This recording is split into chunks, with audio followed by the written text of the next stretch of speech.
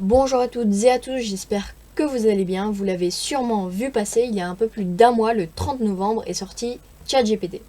ChatGPT est une intelligence artificielle développée et entraînée par OpenAI. Elle vous permet de mener une conversation directement à partir d'un chat, la nouveauté étant qu'elle garde en mémoire les échanges précédents. Sa sortie a été une véritable prise de conscience pour beaucoup de personnes concernant les capacités des intelligences artificielles à nous aider dans notre quotidien. Vous pouvez tout aussi bien lui demander des recettes de cuisine que de vous développer des applications, bots Discord, tout ce que vous voulez, tout cela gratuitement pour l'instant. Depuis sa sortie, beaucoup de développeurs se sont appliqués à créer des API afin de rendre compatible ChatGPT avec Siri ou votre navigateur par exemple. Mais qu'est-ce qu'une API ? Alors une API ou interface de programmation d'application est un logiciel qui permet de relier deux services ou logiciels afin d'échanger des données ou des fonctionnalités. Dans cette vidéo, je vais essayer de faire le tour d'horizon le plus complet possible concernant la capacité de ChatGPT à répondre à vos questions ou problèmes, quelles sont les API développées par la communauté ainsi que les récentes actualités la concernant, comme l'interdiction de cette intelligence artificielle dans les écoles new-yorkaises, ou encore le possible investissement de 10 milliards de dollars de Microsoft. Vous avez également le chapitrage qui est disponible si vous souhaitez sauter certaines parties. On se retrouve sur l'ordinateur pour lui poser quelques questions, vous avez le lien du site en description. Comme vous pouvez le voir, j'ai déjà fait pas mal d'essais. Alors, première question, je souhaite débuter dans l'impression 3D.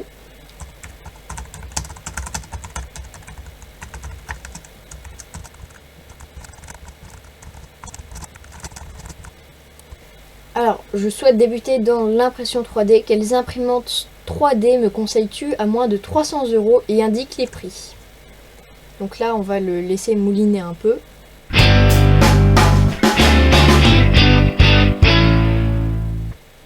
Alors, et justement, là, on va pouvoir exploiter l'historique des conversations. Par exemple, là, je vais lui demander pareil, mais pour 500 €. Et avec une description.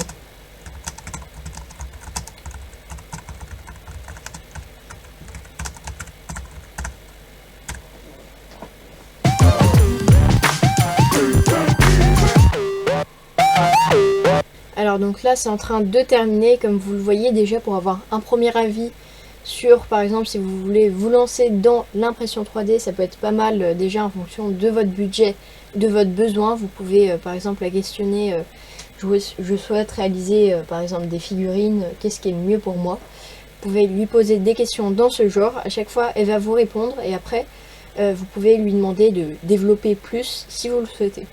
Allez, on passe à la deuxième question. Alors, je n'ai plus que des tomates, de l'emmental et des œufs dans mon frigo. Qu'est-ce que je peux cuisiner? Allez, on va voir ce qui nous sort.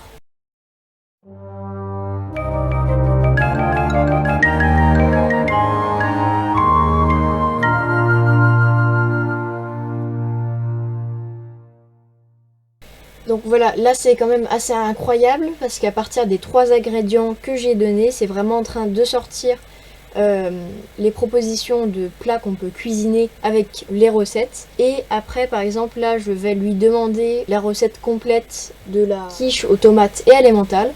Bon alors là il nous a rajouté la pâte alors que je n'avais pas mis et justement on peut après lui demander de rectifier. Moi je vais pas lui demander ici mais là je vais lui demander la recette complète de la quiche. Donc là, je précise pas de la quiche aux tomates et à l'emmental. Justement, grâce à l'historique, il va directement se rapporter à ce qu'il a dit, à ce que j'ai dit avant, et va s'appuyer sur ça. Et donc là, vraiment, on a les ingrédients, la préparation, et vous avez le truc complet pour faire votre dîner. Voilà, donc là, on a bien les ingrédients, la préparation et le petit mot. Alors, on passe à la troisième question. Je profite du coup de cette question pour vous annoncer que nous avons un nouveau développeur dans l'équipe. Merci à Boomerang BS qui nous a rejoint. Et c'est lui qui a préparé les 2 questions suivantes. Alors,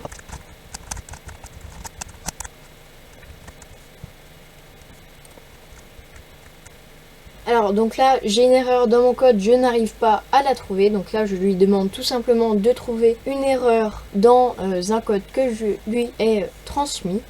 Alors il semblerait que votre code contienne une erreur à la ligne 5 où vous essayez de récupérer une clé dans l'objet OS environ. Mais vous utilisez OS environ. Le nom de l'objet OS environ est mal orthographié. Pour régler ce problème, veuillez remplacer OS environ par OS environ. Donc là, je vais contacter Boomerang BS et lui demander si c'est bien ça l'erreur. Donc j'attends la réponse. Et oui, c'est bien ça. On va passer sur le niveau 2. Alors en fait, il m'a concocté 2 levels différents. Le premier, le plus simple, donc là c'est juste une faute d'orthographe. Et le deuxième, normalement, c'est une erreur, même 2 erreurs plus poussées. Allez, je copie-colle. Donc, je dis que maintenant, j'ai encore des erreurs.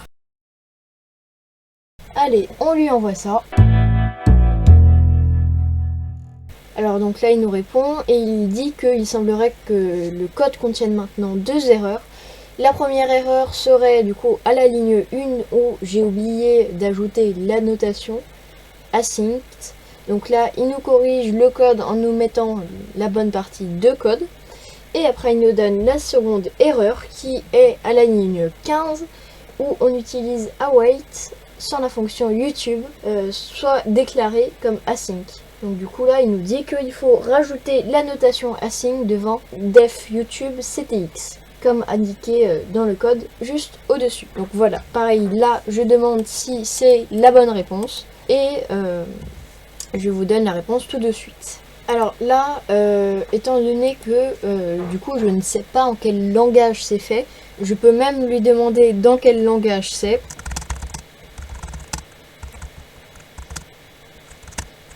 Bon, alors moi je pense que c'est du PHP. Ah bah non, c'est du Python apparemment. Donc je vais pareil demander à Boomerang. Bon, alors il me demande est-ce que vous auriez besoin d'aide pour comprendre d'autres parties de ce code en particulier. Et je vais répondre un truc un petit peu contradictoire, non c'est méchant. Et donc là ce qui est impressionnant quand même, c'est que l'intelligence artificielle se base justement sur des milliards de données de documents et pour générer une réponse qui n'a jamais été générée. Donc ça va être une réponse propre justement à la question qu'on pose et du coup ça va être une réponse que normalement elle ne va formuler qu'une seule fois étant donné qu'à chaque fois elle fera une formulation un tout petit peu différente. Bon allez, en attendant la réponse de Boomerang, dernière question avant de passer au point suivant. J'ai une pièce en 3D qui ne rentre pas dans le plateau de mon imprimante, comment puis-je faire ?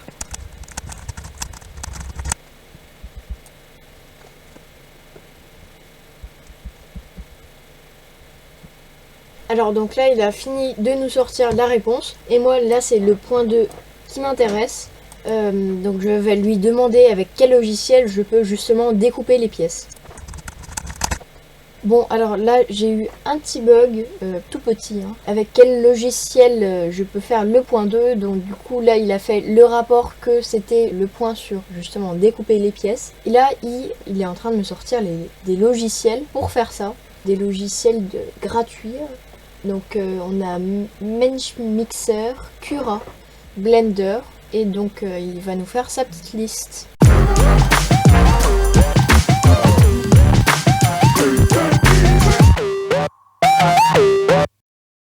Bon alors là je veux tester un truc, est-ce que vous pensez que ça marche si je lui demande sa liste au Père Noël? Est-ce qu'il va pouvoir me répondre quelque chose? Non. Alors, fais la liste idéale au Père Noël pour un petit garçon de 10 ans qui aime la musique et les jeux vidéo.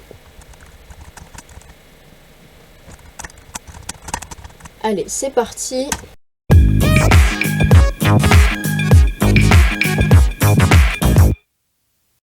Et donc là, il nous sort du coup des idées cadeaux pour un petit garçon de 10 ans qui aime la musique et les jeux vidéo. Alors, on a un instrument de musique, un casque de musique ou un haut-parleur portable, un jeu vidéo un abonnement à un service de streaming, un kit de DJ ou de production musicale, un jeu de société, un livre ou un documentaire sur un groupe ou un artiste préféré de l'enfant. Et là, l'avantage, c'est qu'on va pouvoir lui dire non, ça me plaît pas et donne-moi en d'autres.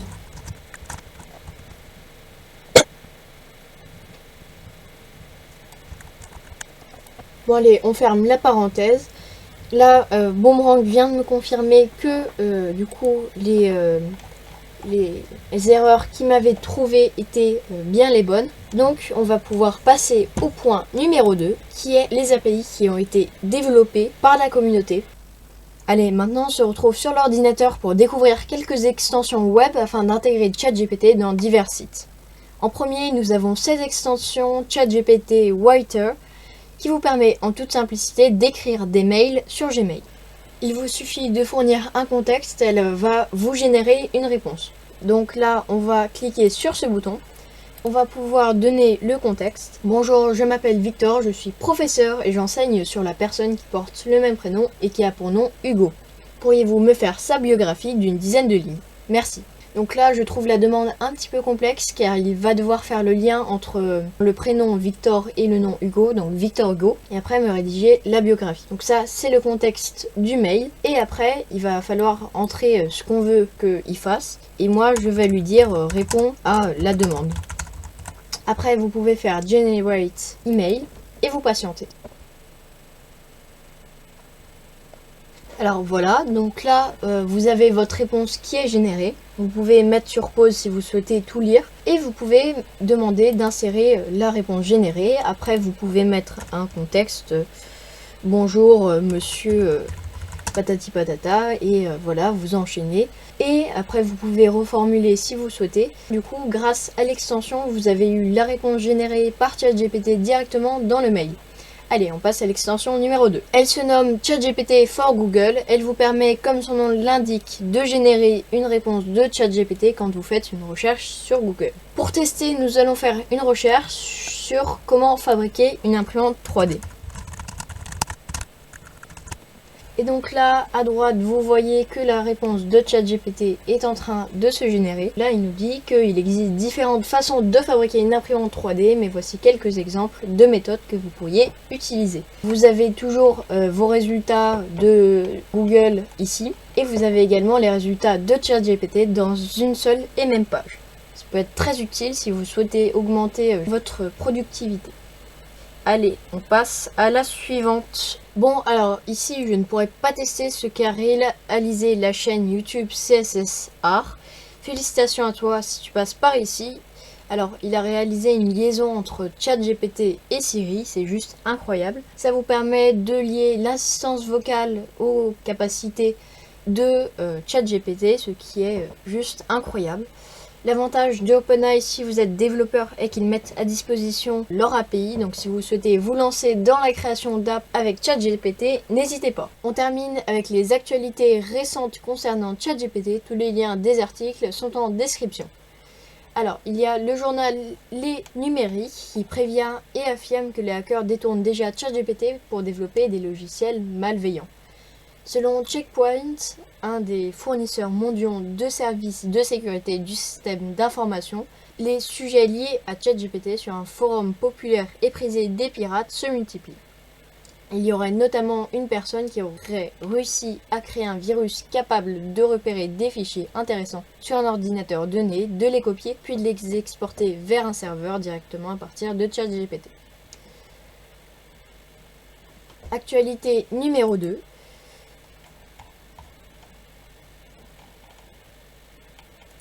Actualité numéro 2, le ministère de l'Éducation nationale a exprimé également son opinion concernant l'usage de ChatGPT par certains collégiens et lycéens afin de réaliser leurs devoirs à leur place, indiquant « Le ministère suit en effet attentivement cette question et les potentielles utilisations de cette innovation dans les écoles, collèges et lycées ». Répond le ministère de l'Éducation nationale à Sciences et Avenir. Actu numéro 3, toujours sur le site de Sciences et Avenir. Microsoft aurait fait le souhait de financer OpenAI à la hauteur de 10 milliards de dollars. De quoi muscler les logiciels de sa suite Office. Actualité numéro 4 et dernière actualité, dans la même optique que l'actualité numéro 2, ChatGPT a été banni des établissements new-yorkais, les services de la ville indiquant, bien que l'outil puisse être en mesure de fournir des réponses rapides et faciles aux questions, il ne permet pas de développer des compétences de réflexion critique et de résolution de problèmes qui sont essentielles à la réussite scolaire et à la réussite tout au long de la vie. On peut terminer cette vidéo en concluant que certes, cette intelligence artificielle fait peur et possiblement peut impacter certains métiers comme les métiers de développeur ou de graphiste avec l'IA DALL-E, de OpenAI également, mais il faut s'adapter et travailler avec. N'hésitez pas à me dire dans les commentaires si vous souhaitez que je fasse des épisodes plus détaillés ou une sorte de journal mensuel de tout ce qui touche aux intelligences artificielles pour vous tenir au courant chaque mois des actualités les concernant. Moi, je vous dis à dans 2 semaines pour une nouvelle vidéo. Ciao!